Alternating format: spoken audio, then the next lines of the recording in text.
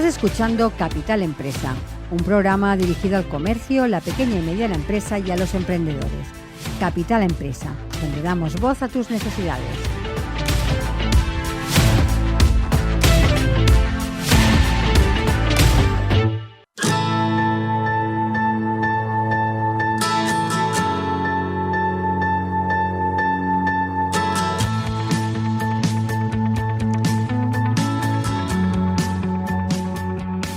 Continuamos el programa con nuestro colaborador, con Jesús Soler, abogado experto en tecnología en el espacio Digital Law. Jesús, bienvenido. Buenos días. ¿Qué tal? Pues bien. Bien, como siempre. Como siempre. Va a estar mal, se puede no estar bien. Ahí está. Es pura filosofía. ¿De qué hablamos hoy? Creo que nos quedaron cosas. Sí, nos quedaron pendientes. cosas de la semana pasada. Bastantes, porque eso da para mucho. Y porque todavía no me la he leído la versión en español. Cuando me la lea la versión en español. Queda mucho más. Ahora y lo que va a quedar. Saldrán más cuando la publiquen, bien publicada, etc., traducida. Veremos a ver qué es lo que nos hemos perdido de la versión inglesa a la versión española. Pero bueno, ahí todavía tenemos bastante tela que cortar. Pero tenemos que empezar por las noticias de estos días. A ver. No son buenas. ¿No son buenas? Sí, son buenas. Ah, bueno. Bueno, son buenas, son curiosas. ¿Te acuerdas que Italia había prohibido el chat GPT? Salió en todas partes, ahora España lo va a investigar, Alemania, tal y cual. Pero en ningún sitio han dicho que Italia ya lo ha aprobado. Sí. No ha salido en ningún sitio. Italia lo ha aprobado, han modificado un par de cositas de privacidad, han hecho unos cambios, ahora parece que tiene más transparencia, que dan más derechos a la gente, que en teoría protegen más a los menores, se puede bloquear, puedes bloquear incluso que utilicen tu historial de preguntas para nutrir al chat, lo cual tampoco tiene mucho sentido. Bueno, pero desde el punto de vista de privacidad, si el chat fuera inteligente, pues cogería y te haría un perfil por las preguntas que haces. Sí, claro, eso es verdad. Claro, entonces dices, hay gente que no le gusta porque vete a saber qué preguntas hace, ¿no? Y qué es lo que le pregunta y cómo lo hace. Eso en teoría ahora lo puedes bloquear, sale un iconito, una cosa y puedes bloquear que utilice para aprender, que en teoría es lo que está haciendo el chat GPT ahora. Ahora lo han abierto al público para que aprenda y para que tenga más conocimiento de qué tipo de preguntas y cómo enfocar las preguntas y cómo enfocar las respuestas, ¿no? Bueno, de hecho, eso es el funcionamiento normal de una inteligencia artificial. Sí, que no hay que darle muchas vueltas. Que es artificial, pero no es inteligente. Sí, claro. Había un filósofo el otro día que hablaba sobre inteligencia artificial y dice, pues sí, son artificiales, vale, pero inteligentes no. Dice, porque la inteligencia se denota con la teoría socrática. Digo, ¡guala! Y Madre claro, mía. sí, donde lo que hace es preguntar y dudar. Eso denota que es inteligente. Cuando solo suelta respuestas, es una enciclopedia. Sí. Con lo cual dices, vale, pues sí, tienes razón. O sea, la inteligencia se demuestra con la duda, no con la respuesta. Es verdad. Entonces dices, llamamos inteligencia artificial, dice, pero inteligente hay poco. Es verdad, mira, desde este punto de vista. Sí, no dices, sí, pero te lo planteas porque todo el mundo, inteligencia artificial, machine learning, no sé, dices. Pero a lo mejor tampoco es tan inteligente. Claro. O sea, que yo me pregunto y me contesta de todo. Es la Wikipedia, pero... Pero te plantea alguna cuestión interesante, ¿no? No, nada, cero. Entonces, claro, tiene que aprender la forma de responderte, cosas que al final busca por la red o busca por su conocimiento y te lo responde. ¿Qué te da? Es una fuente de conocimiento. Sí. Ya está. Una macroenciclopedia o un macro buscador. Como estaban los metasearchers al principio, pues ahora es un metasearcher, pero que conversa de alguna forma. Pero bueno, esa es una. Y la siguiente es que resulta, hoy había una polémica en un periódico porque a través de un hilo de Twitter de unos abogados que son de nuestra sección en el Colegio de Abogados, resulta que, no sé si te has fijado, pero en los ferrocatas, cuando pone el aviso de videovigilancia, hay un iconito al lado como de sonido. Ah, no me he fijado. Oh, fíjate. Pues el iconito dice que la Generalitat, los ferrocatas o ferrocarriles de la Generalitat, graban el sonido en los trenes. Ah. No lo había visto nunca, Pues de verdad. Fíjate que el icono ahora es una cámara y al lado unas ondas de sonido. O sea, hay otros que Puede ser que lo haya visto en algún sitio. Hay el sitio donde se graba imagen y sonido y pone un pedazo de micrófono, con lo cual enseguida lo ves. El de la Gene pone una cámara y unos iconitos como de sonido, ¿no? Sí, como una 3 onda, ondas, sí. Dices, ¿y esto qué es? Pues graban el sonido. o están preparados para grabar el sonido, porque tú llamas a la Generalitat y le pides información, como lo ha hecho un compañero, y dice, no, que no grabamos, pero los trenes están preparados ya, los nuevos, los viejos no tienen tanto sistema, porque ya está instalado todo, pero los nuevos ya estarán preparados para grabar sonido. Y eso no es proporcional. ¿Pueden grabar cualquier conversación dentro de un tren? En un tren, en los ascensores de subida y bajada, en los andenes. Y No sé, mira me su parece política un de poco. privacidad y efectivamente lo pone. Que Ah. pueden grabar imagen y voz por motivos de seguridad. Pero claro, eso no es proporcional. Porque claro, tú puedes grabar la imagen para ver si alguien se ha caído, ha habido violencia, ha habido algún acto vandálico, etc., ¿vale? Pero una Pero conversación. una conversación dentro de un tren... ya- Rózalo. No, roza no, es ilegal. No roza nada. Le da de lleno, ¿no? No roza nada. Es desproporcionado, es ilegal, etc. O sea, vale que estén preparados, vale que lo anuncien, vale que lo informen. Vale, porque yo privadamente puedo hablar contigo de lo que me dé De la lo que gana. me dé la gana. Sea legal o no legal, mientras sea una conversación privada. Equilicua, exacto. Claro. Y encima, bueno, lo grabarán 30 días. Es ilegal. Vale. Es desproporcionado. Este compañero habló con los ferrocarriles. No, que no grabamos, pero ya lo anunciamos porque los trenes más modernos ya están preparados para poder hacer no sé cuándo, no sé qué, y los sistemas que estamos instalando lo hacen. Ah, parece curioso. No, parece muy feo. Curioso, no, es feo. Primero que es desproporcionado. Luego me gustaría ver cómo han hecho la evaluación de impacto para instalar este tipo de cámaras. Porque cuando tú instalas sistemas de grabación masivo, hay Sí. una cosa que hay que hacer que se llama evaluación de impacto. Explícanos qué es. La evaluación de impacto es evaluación de impacto en la privacidad o en los riesgos de la privacidad. Donde dices cómo lo tratas, con qué medios, por qué lo tratas, con qué base de legitimidad y cuáles son los riesgos que se corre la persona, el individuo, el usuario, sobre su privacidad. Entonces, si los riesgos son desproporcionados, esa evaluación de impacto será negativa o riesgo alto. Claro. Si el riesgo es alto, lo que se dice es que tienes que avisar o comentárselo a la Agencia de Protección de Datos para que te diga si es viable o no es viable ese tratamiento. Si el riesgo es medio o bajo, tú puedes asumir el riesgo o puedes minorarlo para que sea bajo. Pero grabación de audio es riesgo alto, no, lo siguiente. Lo siguiente de actos. Es que no veo el sentido Y tienes que tampoco, hacer también un juicio de proporcionalidad. El juicio de proporcionalidad es un juicio que lo impuso como criterio el Tribunal Constitucional, donde dice que es proporcional, es necesario primero ese tratamiento, yo creo que no. ¿Es proporcional a lo que intentas evitar? Yo creo que tampoco. ¿Hay otros medios que vulneren menos la privacidad o que sean menos gravosos que ese? Hombre, evidentemente sí, el vídeo, que ya lo tienes. Claro. Con lo cual el juicio de proporcionalidad per se para hacer esa evaluación de impacto se cae. Es que lo de la conversación. Claro. De tela. Tenemos la tela. Pues sí, fíjate que los cartelitos de los trenes Ahora miraré, porque ponen... en ese precisamente no lo había visto. Pues sí, corría por Twitter. Y hoy lo ha reflejado un periódico online y he hablado con los compañeros y sí, sale, si te fijas ahí, el letrerito, pum, en la cámara, clac, ferrocarriles de la Generalitat. Pero claro, los ferrocarriles de la Generalitat, aparte de los trenes donde se pueden hacer cualquier tipo de conversación, los usuarios, Claro. están los ascensores, los andenes, las dependencias, todo. Bueno, veremos. ¿Y contra esto se puede hacer algo hasta que un ciudadano no...? Pues sí, que como esto ya está corriendo y ha salido en prensa, supongo que llegará a la autoridad catalana, que es la que debe controlarlo, y dirá, eso no es legal.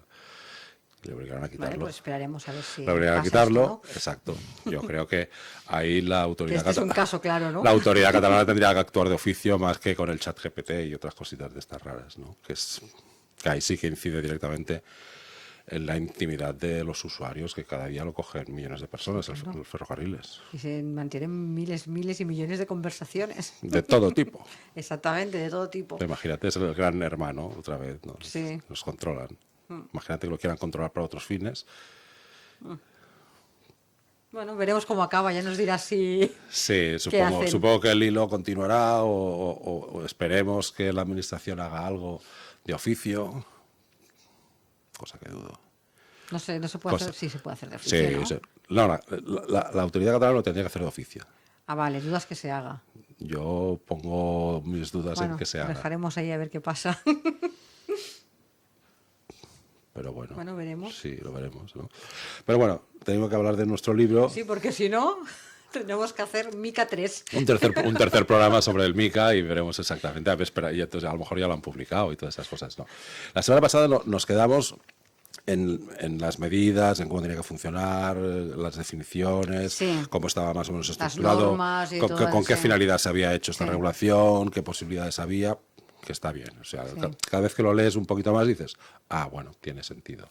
No, tiene sentido. Que te dan seguridad. Sí, te da más seguridad. Sí. Encima, por ejemplo, una cosa que dijimos el otro día, los proyectos por debajo del 1 millón de euros no están fuera del radar. O sea, tú puedes hacer una emisión de hasta 1 millón de euros y más o menos está fuera de la norma. Tú tienes que seguir la norma por definición porque si no te la cortan. Sí, claro. Pero no te hace falta las autorizaciones ni las normas tan estrictas. También un proyecto de 1 millón de euros tampoco es demasiado goloso para los inversores, ¿no? Claro. Quien se plantea invertir. Claro, entonces dices, un proyecto. El otro día hablaba con un compañero que tenían un proyecto de hacer un portal, bueno, una cosa muy. Digo, y el presupuesto, 5 millones. Entre desarrollo, publicidad, tokenización, etc. Vale, tiene sentido. Es un proyecto sólido, ¿no? Sí, Dices, exactamente, tiene con base. Una emisión de tokens por debajo del millón, 200, 300.000 euros es, bueno, saco un token para divertirme y a ver qué pasa, ¿no? Claro. El perro Dog, el Dogecoin, todas estas coins raros que dices, bueno, dejo que fluya, le meto redes y si fluye y sube, pues pero esto, recupero. Inversiones fuertes no tienen. No, pero además justamente el Mica lo que pretende justamente es eso, depurar el mercado de todas estas cositas. A ver, que si tú quieres hacerte... Los que lleguen que sean proyectos sólidos y con algo detrás y con... Que si tú quieres hacer un token para jugar o en el colegio o en una institución o un club social o lo que sea, pues bueno, puedes jugar y eso te permite estar debajo del radar. Pero cuando pasas del 1 millón de euros ya empiezas a tener la aplicación de las garantías, que es lo que nos importa, ¿no? La primera garantía para mí es que ya te exigen un capital mínimo, que no es mucho, pero te exigen 50.000, 120 o 150.000 ya de tener de base. Dices, bueno, ya no Como es poco tienes que venir y decir... Sí, ya no es el típico que te venía por el despacho, tengo un proyecto maravilloso, fantástico, bla, bla, bla, tal, y que necesitas, no, financiación, porque tal, digo, ¿cuánto has puesto tú? 5.000 pavos, 8.000 pavos. Claro. Ahí no en ve. ¿Y tú qué quieres? Hacer una ICO para sacar 2 millones al mercado y, o sea, tú solo arriesgas 8.000 o 10.000 y en cambio obtienes 2 o N millones del mercado. Claro. Luego tienes otro problema, que es que si no tienes la financiación previa, esos 50.000, ¿cómo te vas a poner a hacer todas las autorizaciones necesarias? O sea, solo la tramitación en España, que te puede llevar de 6 a 12 meses, exige un gasto jurídico, gasto administrativo, documentación, viajes, presentación de cosas, y eso al final es dinero. Son horas sí, claro. de funcionamiento y es dinero. Por ejemplo, una tramitación normalita y sencilla, el Liechtenstein son 50.000 euros de gastos jurídicos, de las sencillas. Si vas a Suiza, sube, porque el banco te cobra unos costes administrativos más altos. Claro. Entonces, lo quieres hacer... una inscripción en España, CNMV, Banco de España, generar toda la documentación y tal, eso son horas de revisión, de viajes, de llamadas. Claro, como mínimo eso tienes que tener. Claro, eso lo tienes que tener. Entonces, ¿para qué te vas a lanzar un proyecto? No tienes ni 50.000 pavos. La idea será maravillosa. Pero, claro, pero más base y más. Claro, solidez. tú también te tienes que arriesgar en algo, ¿no? Porque si no, un emprendedor que arranca con 5.000 pavos, ¿cómo quiere llevar un proyecto de este tipo? Es que no son de fiar, ¿no? Entonces, muy importante, recursos propios. Si no empiezas con recursos propios, nada, olvídate. Lo siguiente que tienes que hacer es que el white paper está normativizado. El white paper es el folleto de emisión en cripto, hablando en criptos, que ya se ha quedado institucionado, que se llama white paper. Venga, fantástico. Folleto de emisión para fondos establecidos, emisiones y bancos normales, white paper para criptos, que está muy bien. Pero ahí el white paper ya tiene que seguir un protocolo. Yo en los primeros cursos, hace ya mucho tiempo que daba sobre criptos, ya decía que el white paper es un contrato entre el emisor y el receptor y el consumidor, donde tienes que enseñar absolutamente todo, porque es lo que te va a decir exactamente cuáles son tus compromisos. Y evidentemente lo que dicen es que tienes que describir exactamente cuál es el proyecto Y los participantes, y ya hablamos ayer el otro día de que los participantes además tienen que ser honorables, Exactamente, sí. conocidos, expertos, etc. Y eso lo tienes que poner, pum, en el white paper, lo primero. O sea, ya no sirve el link del LinkedIn. No, ¿no? hay que dejar currículum. Una fotito y el LinkedIn. No, hay que enseñar la patita de verdad. Tienes que explicar toda la descripción del proyecto. Descripción del proyecto, sobre todo habla del tokenomics. Que el tokenomics, alguna vez hemos hablado del tokenomics, o lo habló Alberto, es la descripción económica de la emisión del token, donde dices cuál es la oferta, cuántos tokens vas a emitir, a qué precio, cuál va a ser la evolución, qué precios salen con un vesting, que los van a estar bloqueados, qué va a pasar con la siguiente emisión, si tú haces una emisión con descuento, qué plazos, etc. O sea, todo lo que es la parte económica. Y como llevas toda una parte económica, tienes una obligación muy importante, términos y condiciones de cara al consumidor, como si fuera cualquier otro producto que está sometido a términos y condiciones. Y ahí estamos sometidos a la ley de consumidores y usuarios. O sea, tú no puedes hacer publicidad engañosa, todos los datos tienen que estar refrendados, tienen que ser ciertos. Lógicamente, cuando llegue al emisor, llegue a la CNMV o al Banco de España, ese tokenomics, que son contables, economistas, lo van a revisar que cuadre o no cuadre, que tenga sentido. No, porque hay muchas veces que ves proyectos de tokenomics y dices, este no hay quien se lo crea, no tiene sentido. Pero bueno. Otra parte muy importante, derechos y obligaciones del comprador. ¿Sí? Igual con los términos y condiciones, derechos y obligaciones del comprador. De mantenimiento, cómo van a poder ejercer sus derechos, y eso es muy importante. En la plataforma tiene que haber un sistema de ejercitar derechos, que es lo que no encontrábamos antes. Había una ICO que la emitían, que parecía ser que estaba en no se sabe dónde, y cuando intentabas enviar un email a no se sabe qué... No dejan de pedirte total transparencia del proyecto. Claro, que es lógico. Es decir... Que es lógico. Otra cosa muy importante, la tecnología subyacente.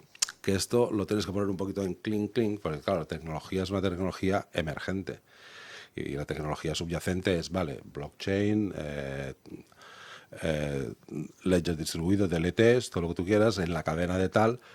Pero hay una serie de tecnologías dentro de algoritmos que hasta qué punto algoritmos, que al final son ecuaciones, hasta qué punto las puedes transparentar o las puedes ir mutando durante la fase del proyecto, que eso suele pasar, ¿no? Otra parte muy importante del white paper, la descripción de los riesgos. Eso sí que es importante claro. También. O sea, si hay garantía, si no hay garantía, si lo puedes perder todo, no lo puedes perder todo. Igual que cualquier emisión de fondos, sí, que ya lo dice, que beneficios pasados no garantizan beneficios futuros. Así, pero desarrollado, ¿no? Entonces, ¿hasta dónde va a ir? Porque, por ejemplo, en fondos hay fondos que tienen coberturas con acciones estables o con acciones más sólidas, y ya te dicen la fluctuación por dónde va a ir. Aquí va a pasar algo parecido. Una declaración de responsabilidad del emisor. O sea, que en caso de que pase algo, ¿cómo se va a responsabilizar? Primero, responsabilidad de que, oye, yo cumplo el MiCA, cumplo consumidores y usuarios, cumplo prevención de blanqueo de capitales, muy importante, porque la empresa está sometida a la prevención de blanqueo, y como está sometida a prevención de blanqueo, tiene que hacer su manual de blanqueo explicándolo absolutamente todo. Y la siguiente, que están sometidos al RGPD, a protección de datos. Claro. Con lo cual ahí vamos a ver exactamente qué van a hacer con los no datos. No dejo de ver ahí unas normas completamente lógicas. Exacto. Las reglas del juego en Europa son, vale, primero el MiCA por la actividad, venga. Prevención de blanqueo, porque estás haciendo transferencias, estás utilizando dinero, a ver de dónde viene y cómo lo tienes que utilizar. Normas normales de prevención de blanqueo de capitales. Y RGPD, porque estás utilizando datos de ciudadanos europeos o de terceros. Con lo cual dices normas. Y como todo eso afecta a consumidores, seguir las normas normales de consumidores y usuarios. O sea, no hay nada extraordinario, sino que tienes que salir con unas normas que son las habituales de cualquier proyecto que se te ocurriera. Pero claro, acuérdate que siempre estábamos con los proyectos que se hacían antes, que era... Yo lanzo un white paper, explico que mi producto es maravilloso, consigo recopilar o no N millones en iba tokens. Bien o no iba bien, y si no iba bien desaparecía, Dios muy buenas. Y yo creo que con eso se pretende hacer una criba, eso es. Proyectos sólidos, transparentes Luego chocaremos con los problemas de la administración de agilidad, de rigurosidad, etc. Pero bueno. Pero bueno, de momento está hecho, el camino está... Sí, otra cosa es que luego la administración ponga las normas claras, un guión, cuando presentas un folleto en CNMV, siempre pues ya lo tienes más o menos estandarizado, pero siempre te ponen pegas, porque siempre hay cosas que hay que modificar, corregir, Sobre etc. todo los inicios. Exacto, pero siempre un folleto de emisión siempre lleva 2 o 3 revisiones hasta que te lo aprueban. Ya es el juego, ¿no? Ya entra dentro de la norma. Sí, ya entra dentro de la norma, ya los conocemos. Y en esto pasará 3/4 de lo mismo, pero al menos dices, ya sabemos las reglas del juego, ¿vale? En el white paper, lógicamente, al principio o al final tiene que haber un resumen ejecutivo, o sea, toda la parrafada está muy bien, pero al final resumen ejecutivo, obvio, ¿no? Que con una descripción sepas los participantes, pam, pam, pam, un golpe de vista Sí. básico. Y, lógicamente, la firma del responsable, etc. Y una cosa muy importante, A ver. que hay cierto choque con lo que es la CNMV o el tema de cómo funciona la bolsa, que en teoría este tipo de productos tendría que tener derecho de desistimiento. Claro. No es un producto financiero al uso. Y tendríamos que entrar a la ley de consumidores y usuarios, 14 días de desistimiento. Porque en el MICA no me habla de que sea un producto diferente de un producto de consumo al tokenizarlo. O sea, no es compra de divisas, compra de valores, etc. Donde ahí choca tiene otra forma de funcionar. Aquí, en teoría, yo no lo he encontrado. Con lo cual chocaríamos con consumidores y usuarios y 14 días del desistimiento. Imagínate una ICO donde tienes una precompra con un descuento del 20% durante el primer mes. Yo no he encontrado todavía donde, si tú no compras, estás sometido a derecho de desistimiento. Tendríamos que acabar de mirar un poquito más, pero yo no lo he encontrado. Lo cual, Vale, entonces, en este momento, si yo creo que en ese plazo quiero volverme para atrás, en este momento tengo todo el derecho. Yo creo que el derecho de desistimiento entra. Porque no está configurado como dinero, está configurado como tokens, como activo. Claro. Entonces dices, la propia descripción, dices, es un producto. Y si es un producto, sí que es verdad. Y es un producto, vale, tiene unos perfiles financieros muy importantes, está sometido a una serie de reglas, pero yo creo que en normas de consumidores y usuarios, porque no es dinero, no son acciones, es otra cosa. Y al ser otra cosa, entra dentro de esa norma. Entonces, Y eso también lo tienes que reflejar en el... Claro, evidentemente. Porque la ley de consumidores y usuarios dice que si estás sometido a las normas de derecho de desistimiento de 14 días y no lo pones, tu derecho de desistimiento es de 1 año. Vale, entonces hay que estar. Tiene que Entonces, estar. si no lo dices y al final estás sometido a consumidores y usuarios y no has mencionado que tienes 14 días para desistir de la compra, Yo tengo 1 año para tienes 1 año. echarme para atrás. Vale. Sin ningún motivo. O sea, Sí, como la ley porque yo de lo valgo. usuario, sí. Con 14 días es, oye, que lo quiero devolver y punto. A partir de los 14 días lo puedo devolver, pero si hay garantía, alegando, y si hay garantía, rotura, o alegando, lo que sí. sea. Pero si no dices nada del derecho de desistimiento, ese derecho de desistimiento se extiende durante 1 año. 1 año y sin razones que tengas que dar, simplemente. Por no haberlo exacto. avisado. Y yo no lo he encontrado todavía. O sea, esperaré, ya te he dicho que hay que esperar a leerme la norma en español en profundidad porque no es fácil. Ya me imagino. No es una norma especialmente amable para los abogados, porque por tal como está redactada, porque es complicada, ¿no? Y cómo se describe todos los productos, exactamente cómo... Y al final tienes que hacer ese análisis de la norma. Por eso digo, da para 1 no, para 2 tampoco, para 3, 4 o 5 programas cuando vas analizando incluso producto a producto. Claro. Los que están por debajo del radar, venga, vale. Los NFTs, vale. El NFTs no entra cuando estás dentro de un NFT único. Pero cuando lo fraccionas y haces trocitos del eso lo NFT, hablamos ya la semana pasada, sí que entras, vale. ¿No? Entonces, cuando es un DeFi, que es una empresa que hace DeFi, pero hace otras cosas, ¿entras o no entras? No, solo hace DeFi. El producto es un producto financiero, de finanzas descentralizadas. En teoría no entra, pero como los tokens muchas veces no son puros, todos son híbridos, la mayoría son híbridos. No puedes decir, este es un token, esta es una cripto, vale. Este es un token de utilidad. Muchas veces los tokens de utilidad y de seguridad tienen perfiles que están cruzados, son híbridos. Entonces dices, el DeFi tiene mucho de hibridación también. Entonces cuando hablan, dicen, no, pero el DeFi como productos evolutivos y tal y cual, en teoría no entran y van por la norma general de la CNMV. Sí, pero muchos DeFi son híbridos. Entonces tú colocas, puedes hacer cosas de DeFi, por ejemplo, un sistema normal. Binance tiene parte de DeFi y parte normal. Sí. con lo cual tiene que entrar en la norma, registrarse, que ya lo ha hecho. Y además me parece que ha abierto sucursal. Está registrado en España y ha abierto sucursal en Europa, en París, creo que lo ha hecho. Pero tiene su parte normal, de exchanger, de depositario, etc. Y tiene una parte de DeFi. Entonces, si solo fuera DeFi exclusivamente y no tuviera control de los wallets ajenos ni custodia de tokens, podría decir, bueno, vale, pero todos son híbridos. Sí, es que es difícil, iba a decir yo, qué difícil es encontrar... Claro, o sea, además en el mundo cripto, todo está muy hibridado. Y para iniciar un proyecto de DeFi tienes que tener wallets, custodias de wallets, custodias de criptos de terceros. Automáticamente ya eres híbrido. Exacto, pero en teoría se dice. Sí. ¿no? Y tanto esta norma como la norma piloto de regulación de las DLTs, etc. Y la norma de transferencias. Te dices, ya, pero es que a la mínima entras, ya está, regístrate y olvídate. Sí. ¿no? Pero siempre habrá alguno que piense que es un gran genio de las finanzas, que ha montado una finanza descentralizada y que era, no, yo estoy fuera de la norma. Si analizamos puramente un producto de DeFi, entras. Y lo fácil es entrar y registrarse y a partir de ahí... Sin problemas. Los problemas del registro. Bueno, pero fíjate... Pero es que si luego... por la pequeña cosa tienes que registrar, tienes los mismos problemas. La gracia aquí está en hacer un proyecto atractivo, iniciar los procedimientos de registro, publicitarlo mucho, para que venga un mayor y te lo compre. Sí, claro. El secreto ya nos lo ha dicho.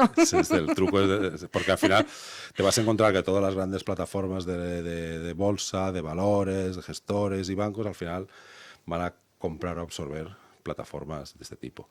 ¿Por qué? Porque ya tienen la infraestructura montada y el conocimiento. ¿Para qué lo voy a generar yo? Formar gente si puedo absorber proyectos que ya funcionan y darles una vuelta. Lo más fácil. Ya veremos. Este año va a ser absorciones, compras, posicionamiento de los mayores de bancos y de gestoras en el producto. Lo veremos. Bueno, pues vamos a ir viendo. Seguramente cuando te la hayas leído, la hayan traducido. Haremos un 3, haremos la versión 3. Vamos a tener que hacer la versión aquella hacemos el resumen ejecutivo. Exactamente, eso iba a decir, el resumen haremos ejecutivo. Un resumen ejecutivo del MICA. Pues Jesús, como siempre, muchas gracias y nos vemos la semana que viene. La semana que viene más. Saludo.